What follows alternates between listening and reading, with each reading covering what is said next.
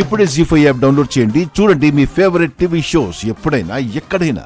కొడుకు పడలేదు, అందుకే తల్లికి ఎరవేసా పడిపోయింది. తన కొడుకు కారణంగా నువ్వు అల్లరిపాలయ్యావని, నీ జీవితం నాశనం కాకూడదని చెప్పి మీ అత్తయ్య జరిగినవని మర్చిపోయి ఇంట్లో వాళ్ళందరినీ కాదని మీ ఇద్దరికీ పెళ్లి చేసింది. నువ్వు ఇలా మోసం చేసావని తనకు తెలిస్తే? ఎలా తెలుస్తుంది? మీరు చెప్తారా? అసలు నేను ఈ పెళ్లి చేసుకోవడానికి కారణం మీరు చెప్పినట్టు అందరితో కలిసి ఉండడానికి కాదు, ఈ ఇంట్లో అల్లకల్లోలం చేయడానికి.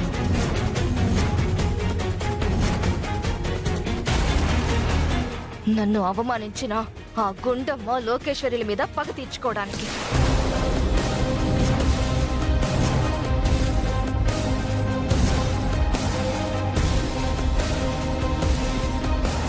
పిచ్చిదానిలా మాట్లాడుకో. జరిగిన దాంట్లో తప్పులనే నీవే ఉన్నాయి. అయినా అయ్యిందేదో అయిపోయింది. ఇకనైనా పంతాలు పట్టింపులు వదిలేయి.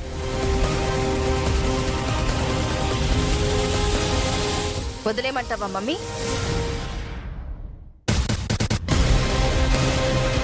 నాకు జరిగిన అవమానాన్ని, మీకు జరిగిన అవమానాన్ని మర్చిపోమంటావా?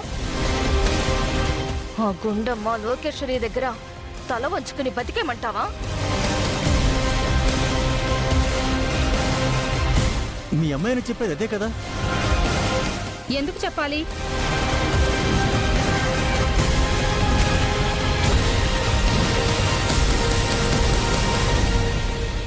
ఏం మాట్లాడుతున్నావు సుశీల?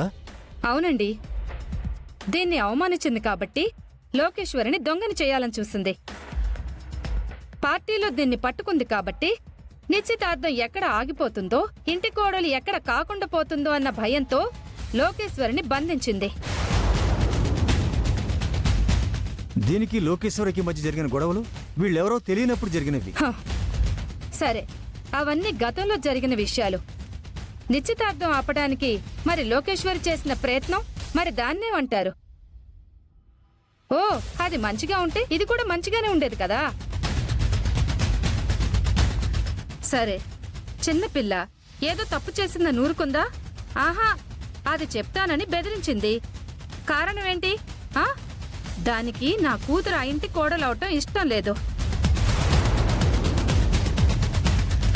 దీని మీద కక్ష కట్టి ఇది ఇంటి కోడలు కాకుండా చేసి దీని జీవితం నాశనం చేయాలని చూసిన వాళ్ళని ఎందుకు క్షమించాలి?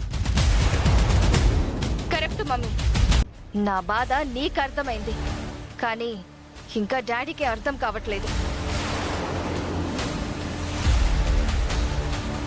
నాకు అర్థం కాకపోవడం కాదు, మీ ఇద్దరు మెదళ్ళు పనిచేయడం మానేసినట్లున్నాయి.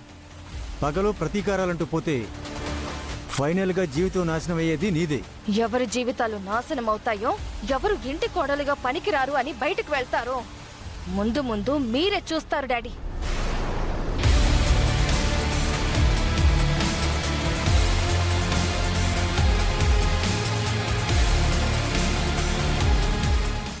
జీ5 యాప్ డౌన్లోడ్ చేసి అన్ని ఎపిసోడ్స్ పూర్తి ఉచితంగా చూడండి.